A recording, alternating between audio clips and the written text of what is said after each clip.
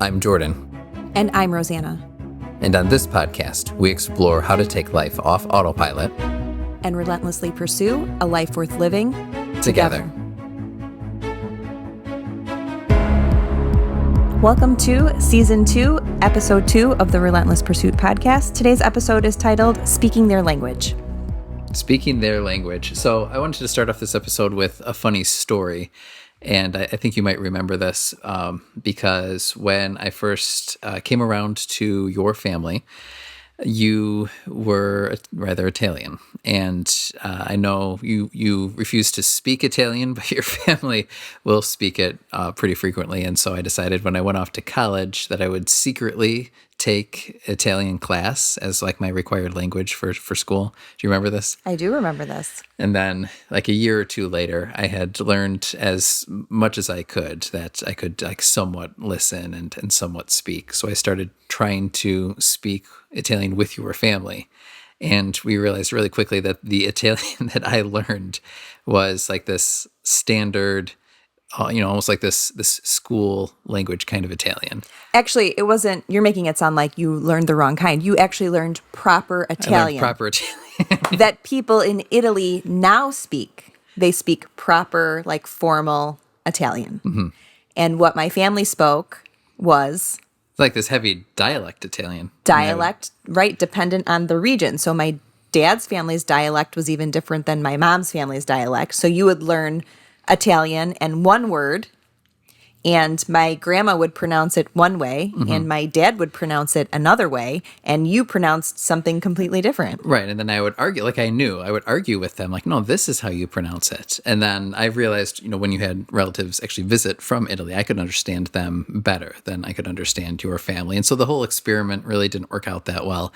But the idea behind it, kind of going along with the theme today, was speaking their language. And in this case, I literally adopted that approach of trying to, even though they spoke English, fine, I could communicate with them, but finding this way to connect with them and with you and show this love and appreciation by literally learning Italian and trying to speak their language with them.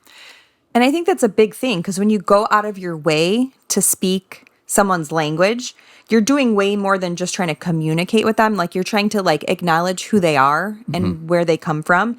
And you're showing like respect to like their identity and their individuality. And it's like a warming thing, like that someone wants to be understood or to understand someone in such an intimate way that they spend extra time and energy to show that appreciation for them. That's what I, as the good boyfriend, wanted to try to do. Although I feel like I just got made fun of by your family. It wasn't really a warm acceptance of it. But so today's episode is not about literal linguistics, although that could be a facet of it. But what we do want to focus on, and the way we want to shape our understanding of this conversation, is by looking at how everyone kind of has their own way of communicating or receiving communication in a way that they understand and appreciate the most. And so even though we are talking about people who all speak English, in a sense, what we're really focusing on is the way we communicate through our words and through our actions in a way that that other person can best understand. Yeah, I think when we communicate with others or we're like seeking to understand them, we don't necessarily think about the way in which they might communicate or best understand your communication. We kind of just communicate the way that we kind of speak and the way we understand things. And I know sometimes when you and I get like into disagreements or arguments, it's not because we don't agree on the topic. It's like the way we're presenting it or like the way we're interpreting it or understanding it doesn't come out the way the other person would necessarily think about it. Yeah. And it's helpful being able to take a step back from what you're actually talking about and just describe, okay, here's what I'm seeing you say or do, and here's how I'm interpreting it, and here's why I interpret it that way, even though I understand you mean this other thing by it. And so there's kind of this whole way of looking at the words and actions, and for I think the best analogy is to call that a language of communication and a language of expectation, so that we really can best make sure that we are understanding what the other person is trying to communicate to us, but also more importantly being proactive proactive, like my attempt at learning Italian for your family, being proactive in the ways that they speak and becoming proficient in that language ourselves. Yeah. Lately you've been going fishing with the kids a little bit. They've asked to go fishing and you've been taking them. And when we were getting ready for this discussion, it made me think about fishing. And then I found this kind of analogy that kind of goes with it. And it's like, how do you catch a fish? Like a fisherman will change their bait, their lures, their hook, their reels, their lines for different kinds of fish, depending on what they want to catch. But you can catch more fish with worms than you can with strawberries. Right. Now, I don't like we'll eat worms. Strawberries for lunch. Right. Yeah. We'll eat strawberries for lunch, but the fish won't. So it's like if we're going fishing and we're trying to get something out of that lake, we're changing our method of drawing something out by attracting them with what makes sense to them and not what makes sense to us. It's like we eat strawberries, and if we think, if strawberries are good, the fish must like those, then we're being kind of foolish. And I think that's like a common sense way of looking at fishing. Although, a little side note, did I tell you the last fish that I caught the other week, I caught with chicken? The last fish you caught or the only fish you caught? Well, same thing. So, but back to the principle. So we have to think, we have to think from the perspective of the fish. If we're trying to, in this case, trying to catch it, you're trying to give it something appealing. And so this is what we're saying about just communicating with other people. We have to think from their perspective in terms of how they're going to interpret what we're trying to lay out there for them. Right. And as communicators, we're all fishing for something. We're all trying to send a message and get something back out of in return. So it's what language is your perspective catch, using? What are you using to deliver that message and to get some reciprocation from it? Mm-hmm. So I think it's just thinking of them before you think of yourself. Mm-hmm. So let's talk about the different languages. Okay, yeah. So what are some of the types of scenarios where this might play out? What are some of the categories? And these are the categories we came up with. I'm sure that there are more, but these are the ones I think that we see more in play. And I think this all underlines this idea of relational intelligence, mm-hmm. that we're thinking of others and not just of ourselves. Mm-hmm. So these are just before we get into those, this is not just marriage relationships, although it applies, but relationships with everybody, with our kids, with our colleagues, with our friends, with our relatives. Yeah, with everybody. And I think in order to communicate effectively, it's acknowledging what the other person needs. And we talked about this a little bit in season 1, episode 3. I had referenced the love languages. And I think love is really at the base of everything. So the languages of love, how do people interpret love? And we talked about words of affirmation, quality time, gifts, act of service, and personal touch. So knowing how someone is loved or receives love or gives love might give you some insight into some of these other languages that we're talking about. So think about the other person that you're, engaging with, and think about how they might respond best in those scenarios, and then applying languages of apology, languages of feedback, gratitude or appreciation, and the language of expectation. So when you think of the language of apology, what would an apology look or sound like? Right, because I think we think generically about these things. The language of love is I love you. The language of apology is I'm sorry. The language of gratitude is thank you. But there's ways, there's a variety of ways of expressing those beyond those little 3-word statements that are best received by different kinds of people. Right, because if you're not a words of affirmation person, you could tell someone that you love them, or you could say that I'm sorry. But sometimes saying I'm sorry for someone who is not a words of affirmation person, even an apology through words, is not received. Mm-hmm. So it's understanding the relationship between this language of apology and maybe how they interpret love. Mm-hmm. And so if they're a person who interprets love through quality time or gifts or personal touch, an apology may look very different to them than it does to you if you're a words of affirmation person. Right.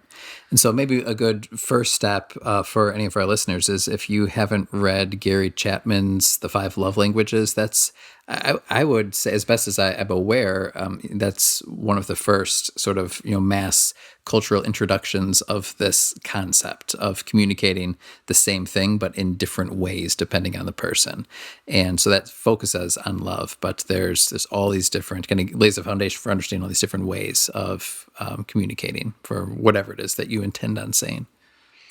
So we kind of just touched on the language of apology by ways to say I'm sorry. Language of feedback. How do you give feedback to someone, both positive and negative, without either like hurting their feelings or upsetting them, and just being open and honest about how you're feeling? Because in any kind of relationship, you have to give feedback. So, how might that look? How does that look for you? And then think about the person on the other end. How might that be different for them? So how will you have to change the way in which you give feedback so that you do not hurt someone's feelings or offend them or send the wrong message? So it almost seems like you need to look at your intended conversation from a third person perspective, almost to say, okay, first, before I even try to communicate, what is it that I'm trying to get across to this other person? Okay, I want to give them feedback. Well, in what way, what is my feedback, and in what way does this need to be laid out for them, either, verbally, visually, through, some kind of action that can best demonstrate that and get that message across in the way that I intend. Right? Then there's the language of gratitude or appreciation. And so, how do you show your gratitude to someone? How do you say thank you? How do you express appreciation? And I think that's very different for everybody.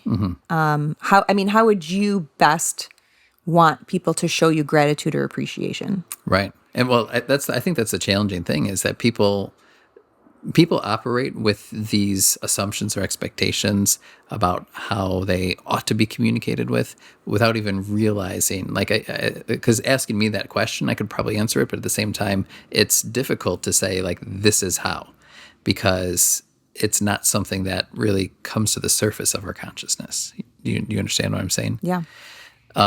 And I think it also depends on your relationship to that person too. Like if we're talking about how I would want you to say thank you to me, might be different than how I would want a friend of mine to.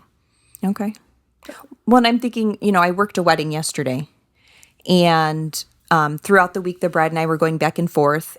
It's been, the last 7 days have rained in Chicago. She was supposed to have an outdoor ceremony, and so last minute we were changing things. So not only has this bride gone from a 300-person wedding to a very small wedding and had to deal with just a slew of things that she could not even grasp or understand or deal with, but doing her best, then we had to change it on account of the weather.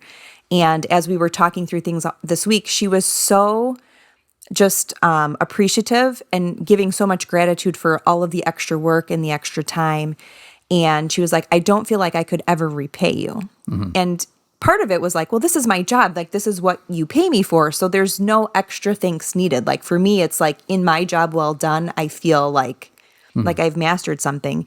And so she said, how could I ever repay you? And I said, the best repayment in this scenario is for you to tell your friends and your family that you used me and that I was, it helps me build my business. Like, I don't need cash. I don't need you to send me a thank you, tell your friends, tell your clients, nice too, right? These are the things that are going to help me. Those are nice to receive, but yeah, if you really want to communicate, and it's funny that she asks, and you can kind of directly share that. But can you imagine me doing the same thing? Like, if you do a great job as a wife one day, do you want a tip, or should I leave a testimonial on your website? No, that's like when I buy a new piece of furniture. She's a great wife, yeah, and it just appears in the house, and you say nothing because I spent more money. It's just that's my tip. Sure. So I think that depends on just your relationship to that person and the scenario that you're in as well. So all those factors really need to be taken into consideration. And that's, I think, the purpose of our conversation is just trying to figure out how can we best speak someone else's language. Just as another example, I remember when we went on a road trip this summer, I felt so grateful to our friends who hosted us out in Colorado. And that was one of the questions in my mind is how can I say thank you in a way that they receive the feeling that I want to give to them? I mean, it was a sincere feeling of gratitude and just man, you guys really went out of your way. We had a great time with you. Thank you. So how can they feel what I'm feeling? And that's harder to transmit because we can use words to do that. And in some cases, words are maybe one of the best tools that we have.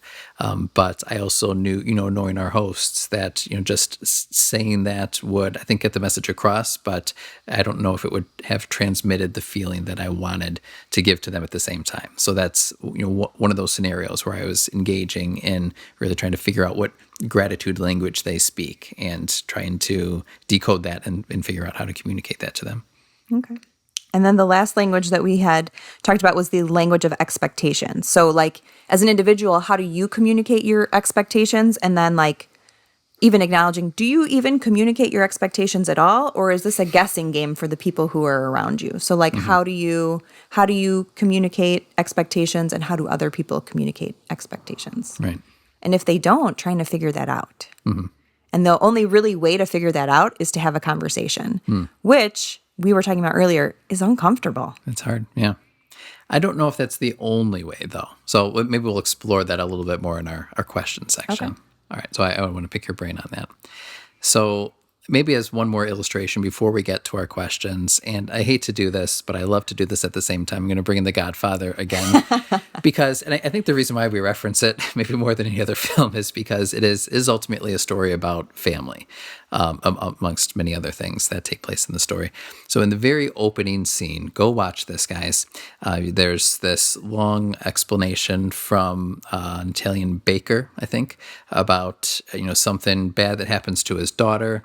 And he makes a request of the Godfather. And the Godfather's response is really interesting. You got to pay attention to this because he's like, "Why have you shown me so much disrespect?" And the baker's like, "What?" And the Godfather's like, "You haven't invited me and my wife over for a cup of coffee. When was the last time you did that?" And I think that's a peculiar moment because you're like, well, when you think of the language of respect, right, and how you want to display that to someone, especially someone like as esteemed as the Godfather in the Italian American community in this film, you don't expect that coming over for a cup of coffee is like really in the running for ways to demonstrate that, and yet it is. And I think we'll talk about this a little bit more too. That's something that you and I do with a lot of people that we love, is kind of having this way of communicating with your time and with your hospitality.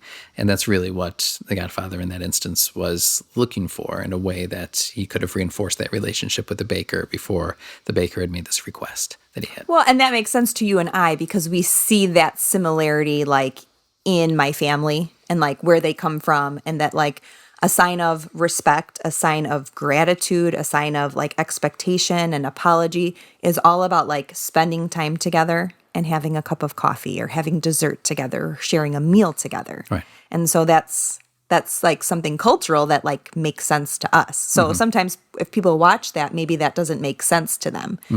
But this baker does not understand that the Godfather equates respect and even asking for something with like having this relationship, a close relationship where you spend time with one another that allows you to ask things that Right. maybe you wouldn't ask someone else. Yeah. Yeah.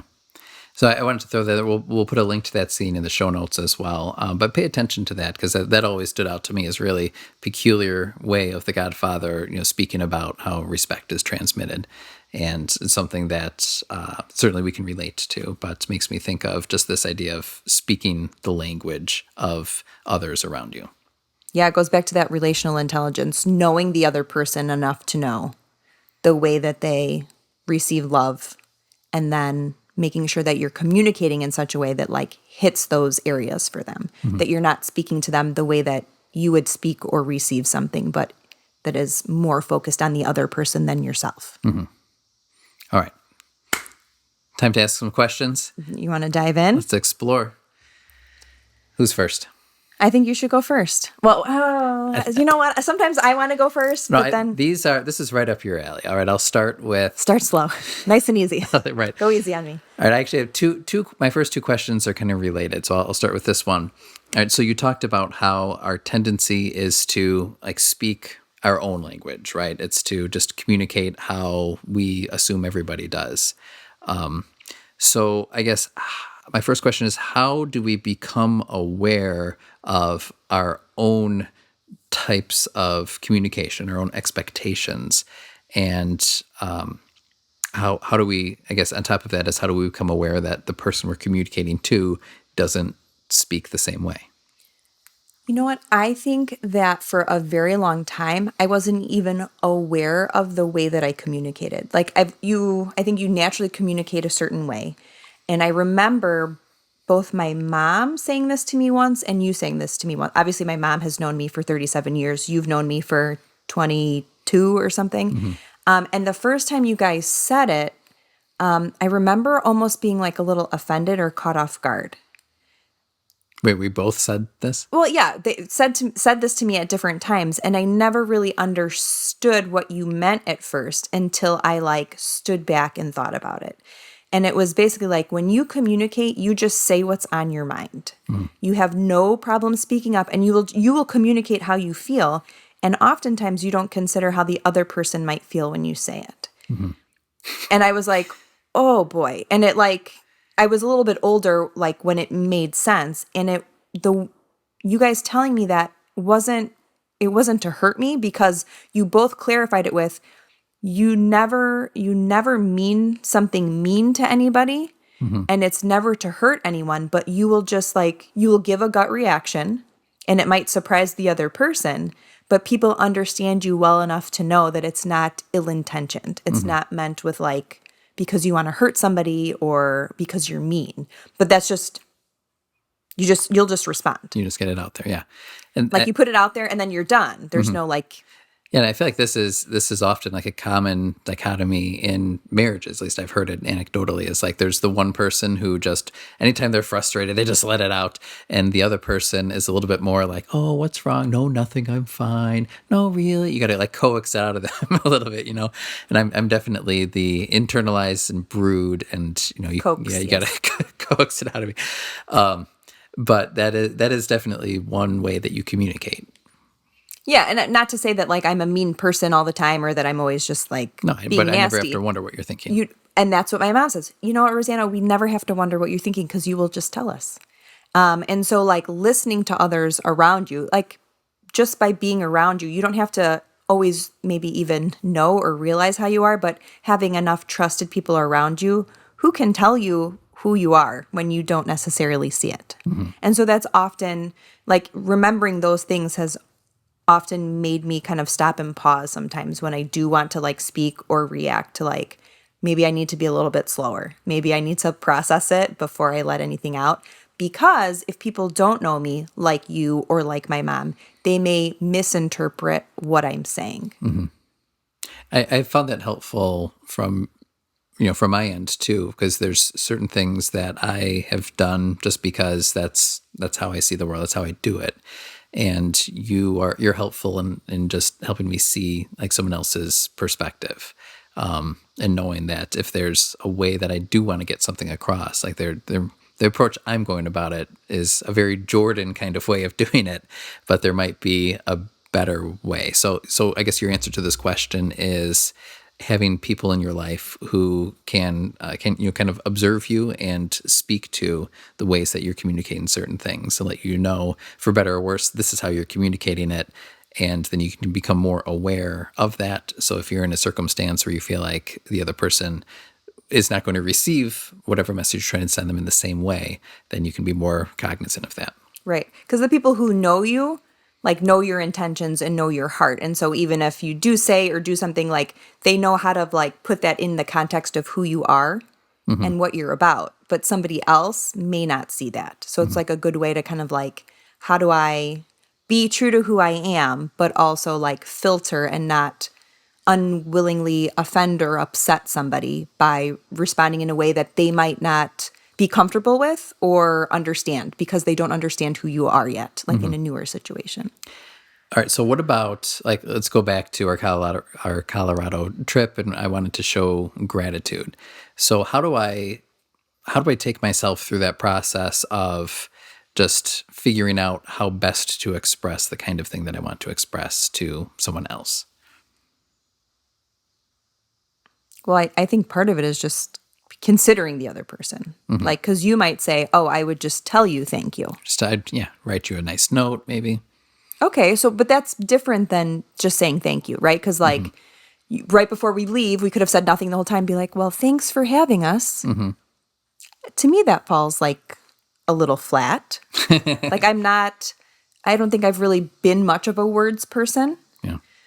really ever. I think you know that about me. Right. So if Well, which like is funny because I mean, this is a bit of a tangent, but not really. Is because I when I do try to get something across to you, to this day, I'll err on the side of using words, and that's not an error, but like I'll try to use language as the tool through which my feelings are expressed, which sometimes works really well and can be heartfelt, but I also recognize that is how I want to receive things. So that's just kind of the default. I'm like, well, then Rosanna's going to want to hear it in this way too, whereas there's other ways to express that I've become, I think, better at, but not necessarily have switched to my default. So, all right, so let's go back to the Colorado trip. Yeah. So, right, if we said nothing all week and at the end, right before we were leaving with our kids, said, okay, thank you. Okay, yeah, that's one way to do it. Yeah. But we discussed, like, how can we show them while we're here, like, thanks and appreciation, and then maybe even after we leave. And so we stopped at the grocery store when we were there, and we cooked dinner a couple of the nights that we were there to kind of, like, I'm trying to be a good guest as well. like as a good way to be like, yeah, now you've made dinner a couple nights, we've gone out a couple nights. We'd love to like repay that by like going to the grocery store, buying groceries for dinner, cooking for you like as a night off. So it's kind of like a treat, like an act of service. We also bought flowers and a card, and when they came in, they went out for a couple hours to do something, and we stayed back with their kids and our kids, and like I was making dinner, and so we like watched their kids, kind of an act of service there. But we had cards and a flower from that we picked up at the grocery store with a more like heartfelt expression. And so those flowers stayed with them well after we left as a good reminder of like, thank you for this good time, and kind of leaving that kind of warm feeling on their heart. And then one of the other things too was we knew that they were coming back to visit in Illinois. And one of the things their daughters ended up loving to do with us was play football with our boys out front. Yeah. And so we had told them, when you guys come back to Chicago, we'll have like a football ready for your daughter, like when you guys get here to play. And so it was just things like that, like thinking of their children and, just little things. It was nothing big, but gestures to like acknowledge like the things that were important while we were there that they would then remember and kind of take with them after we were gone. Yeah. Yeah. I've noticed with, just a range of people, how even sometimes I'll do the same thing with different people, and you can kind of see the response to this. And maybe this is a good experiment for our viewers. So just at work, I try to build people up in different ways. And I've given compliments of a certain kind to certain people, and you could tell like it fills their heart, just whether it's spoken or just through like a little card. And I've done the same thing for other people, and you can tell that it just falls flat, and they're like, "Yeah, okay, got it." Not a words of affirmation person. Exactly. And so I think we can notice those things. And part of this for me is just being more cognizant of like developing a toolbox of communication, so that we can pull the right tool for the right person at the right time. Yeah, I mean, our kids were back to school. This is now the end of their second week, so they're about to start their third.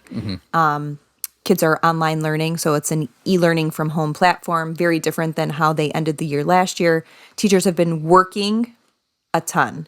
And so there's been a lot of parent communication. Yeah, people don't realize they put a lot into this summer to try to make the start of the school year go well. So I made sure to email all three of the kids' teachers that first day and just was complimentative of, and it wasn't for no reason, it was well earned, but with my words, just to say thank you so much and what we had noticed and what the kids had liked about it, just to give them feedback, because that helps their teaching. So it's kind of like this language of feedback for them, like, hey, this is how this first week went. This was really great. This is what they struggled with. Like, how should a parent respond in this situation? So there was like a level of feedback, a level of gratitude for what they did. And then, just to be nice, I sent them all just a gift card for coffee from Starbucks, an electronic one. I didn't have to touch anybody or, just send it. But yeah, here's coffee on us. So in case those words fell short, then they had something tangible to be like, oh, wow, that was, for some people, a cup of coffee means a lot. Yeah. So it's even just testing the waters of there's different ways you can apologize, give feedback, express gratitude, or set some expectations so that just in case they don't understand one means they can understand another. Yeah. All right. So did you have a question or any questions? Yeah, I mean, it's a pretty general question and it's like you kind of know the answer to, but I think it's good to flesh out, like, should we or do we change the way we speak or communicate depending on who we're talking to? Well, yeah, I think that's the whole purpose of the episode. Right. So the answer is yes, we should. Yeah. But do we? Oh, well, no, of course we don't. But why don't we? I don't think we realize it. That's why. So I think that there's just kind of these default ways of sharing these things. Like when someone says a particular something to us, we expect to receive that in a certain way. If they don't say it in the way that we expect, then we feel, either insulted or just misunderstood. But we don't realize that we're doing the same thing, towards others as well. And so, but I don't think any of that is intentional. And I think I think we're communicating with really two halves of ourselves. Like there's the logical half. Like if someone gives someone else, some words of affirmation and they're trying to express some kind of compliment, I think logically that person who receives it could say, okay, I logically recognize this person is trying to express something kind to me right now. But then the second half are the feelings. So to what extent does that person recognize that with their heart as much as they do with their head? And I think that's what this conversation with you and I is about, is how do we really speak to their heart beyond just their head? You'll laugh. I saw a TikTok not too long ago. I've started a lot of sentences with that phrase. I apologize. But there was this kind of speaking back about love, and this wife was commenting briefly on how she wasn't feeling like her husband was communicating love to her.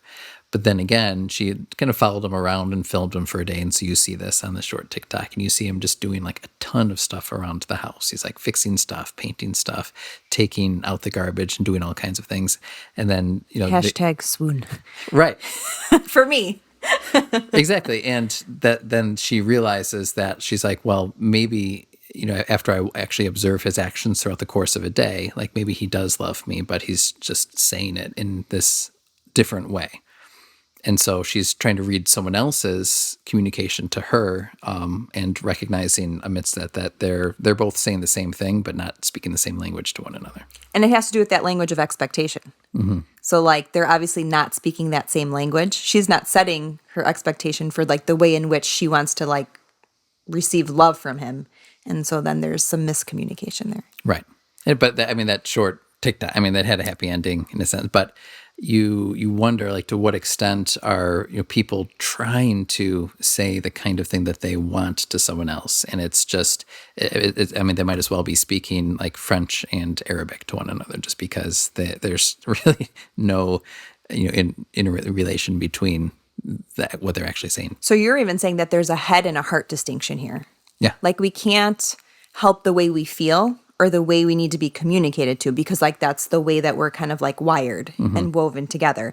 But at the same time, like you can't just walk around based on feelings. You have to kind of like stop, use your brain to like interpret the other person or anticipate or think about them so that you're communicating in a way to them that they understand. Yeah. So it's about, really this conversation is about moving past yourself. Well, yeah. And that's really what my first question was kind of targeting, was how do we recognize what language we speak so that we don't assume everybody else speaks the same thing. But my follow-up question with that for you, and I feel like you're really good at this, is how do you discern how the other person would want to best receive any given message? How do you discern? Right. Well, so I just think some people are... I think you have an instinct for it, so it's right. It's a little harder to just... It's harder for me to quantify. You're right. You're 100% right. And if there's like one thing I say I'm good at, is like instincts with people. Like I can read people pretty well. Like you're very literal. And I'm like more like I can read people's like emotions or like I can see things that maybe like on their face or in a look or in a glance. You're not even looking at that. You're just like listening. I see it. I just don't know what to do with it. Well, you have to think about it and you have to kind of digest it and you have to think, wow, they look upset right now. Why might they be upset? And then look at any other past experience, right, leading up to that and be like, well, I know that like they prefer to spend time with the people that they love. Yeah. And so, in this way, if people aren't genuinely So you've already thought way more about this person than I think I would. but I can do that in a very short amount of time, like in a minute or two. Yeah. And then I think even yesterday, again, I was working this wedding and a few people were upset about a couple things. And I'll be the first one to like reach my hand over and touch their shoulder and say, are you okay? Yeah. And so not because I think I'm going to fix it, but sometimes people need to be acknowledged in that way. And so usually when you say, are you okay? You're going to get some kind of feedback back that's going to allow you to kind of put it all into perspective. Yeah. So it seems like I would describe it then as a muscle that you have, like this mental muscle. And like, as you were talking about the process of thinking about someone else, for me, like right away, I'm like, okay, like that's an extent of thinking from someone else's perspective that I obviously haven't exercised very much. So for someone like me, and I feel like I've gotten better at this, like hanging out with you for a couple decades now, but it takes maybe a little bit more time and intention to just think through that kind of progression to get to the point of, well, maybe I should try to do this or say this towards this person. It's a different kind of mental capacity where it's a little bit more emotionally charged. And I think that's like kind of in my skill set. I think some people are more natural, but some people have to hone the skill. I actually wrote that, like, how many languages is it possible to learn? Like, how many languages, linguistic languages do you speak? Yeah, I don't know, 1 1/4. Okay, right? And the same with me, maybe 1.5, right? Yeah. Like I have like a more natural ear towards understanding Italian, but I don't speak it very well. But there are people who speak how many languages? Oh, yeah, yeah. 5, 6, or like dialects of the same language. Like their mental capacity for that has been like formed and shaped and cultivated through like persistent like study and exercise like a muscle. So if someone can speak 8 languages, why can't we figure out how to speak like the language of apology, feedback, gratitude, and expectation in different forms to different people? Yeah. Right? Those are 4 different languages with a few different dialects.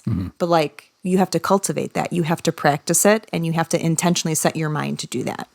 Yeah, I mean, it makes me think, and maybe I'll just go ahead and call this takeaway number 1, but it makes me think that part of being conscientious in this regard is maybe just trying to learn different ways that those things can be expressed and then trying them. And like if your heart is in the right place, then it's unlikely that you're going to try communicating, say, gratitude, for example, in a slightly different way, that it's just going to blow up in your face. So let's get comfortable experimenting with some of those different things until we find with what works with different people in our lives. And then we can continue to speak that way to them. But if we don't take the time to learn, then we'll just be sending these messages that are, I guess, ultimately only half received. Right. So it's not even just sending the message, but it's looking for the feedback. So what is the feedback? And then not being upset if people aren't like gushing over like what you did, whether it's an apology or gratitude. Like, right, like when you do something for someone to speak their language, just look at the feedback. Don't be upset by the feedback if it's not like a standing ovation or an applause, right? Just think, okay, so this is what I said. And there was an acknowledgement of what I said or what I did, but, I didn't see them light up. So like the next time I say thank you or I say I'm sorry, maybe I'll try something different. Right. Yeah. So that's definitely one thing for me. And I feel like I've done that with you over the years where there's certain things that I've tried. And for a while, I'm just going to keep, almost like if someone doesn't understand English, then we just like say it louder and slower. Right. Sometimes the same thing is with our actions where I'm just going to keep like, doing whatever this action is until they get it instead of finally like revising those behaviors. And so I think I've learned like, in terms of like gifts or holidays, like what works with you, or if I want to express affection, like what works.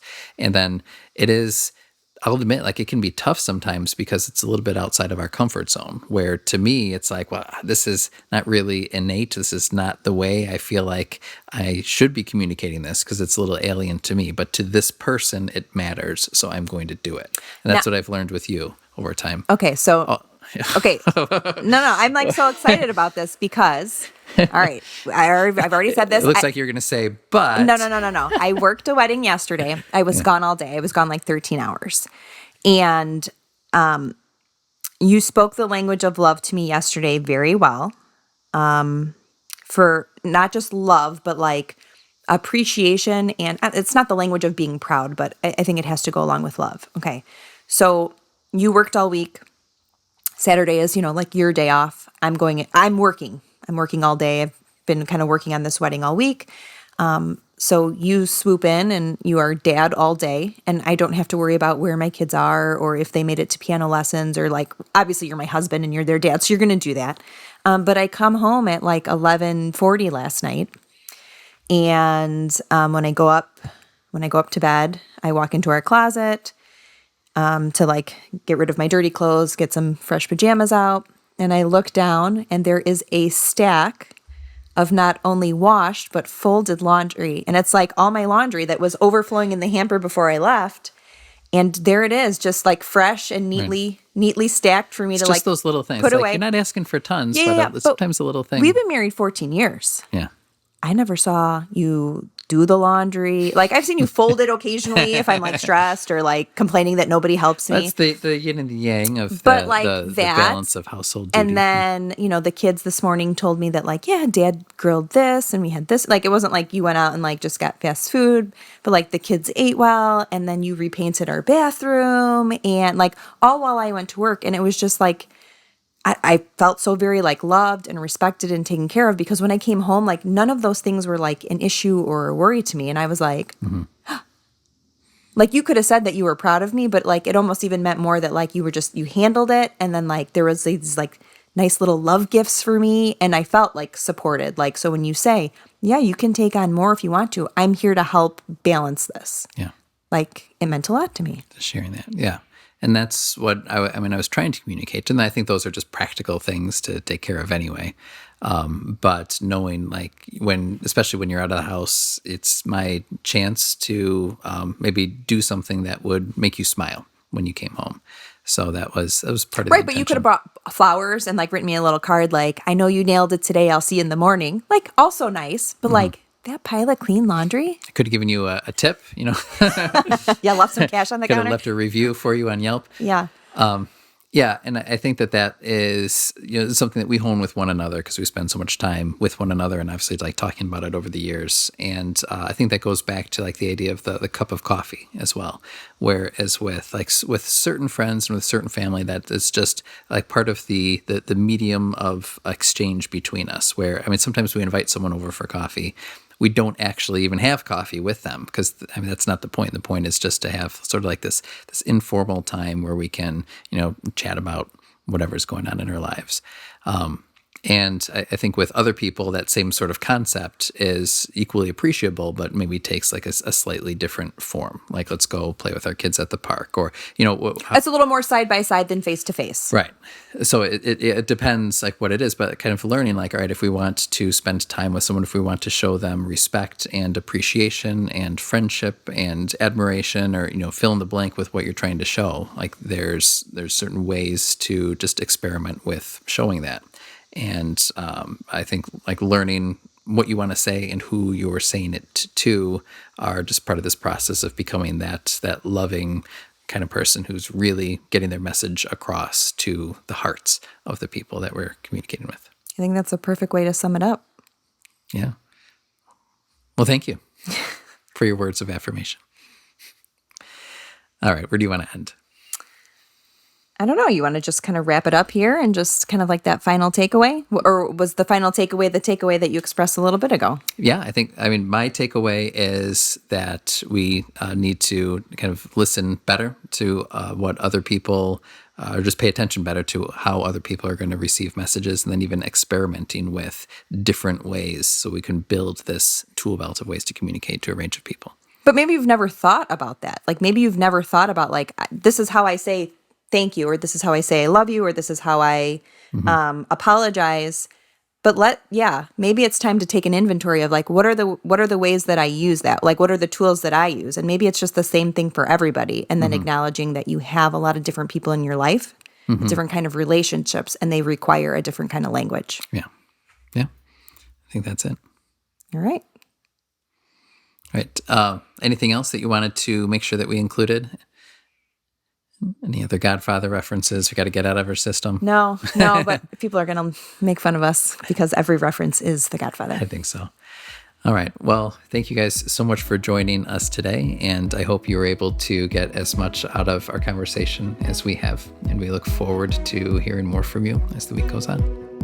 Bye. Bye-bye. Thanks so much for listening to today's show. We hope you will use this conversation as a starting point for your own. We hope you're encouraged to think and act more intentionally.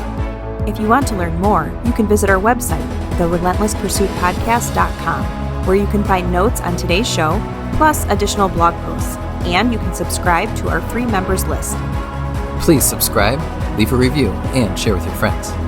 Facebook and Instagram are two great places to connect with us for daily doses of our quotable quotes, behind the scenes, and real-time photos, videos, and challenges. Until next time, let us know how you are taking life off autopilot and relentlessly pursuing what matters.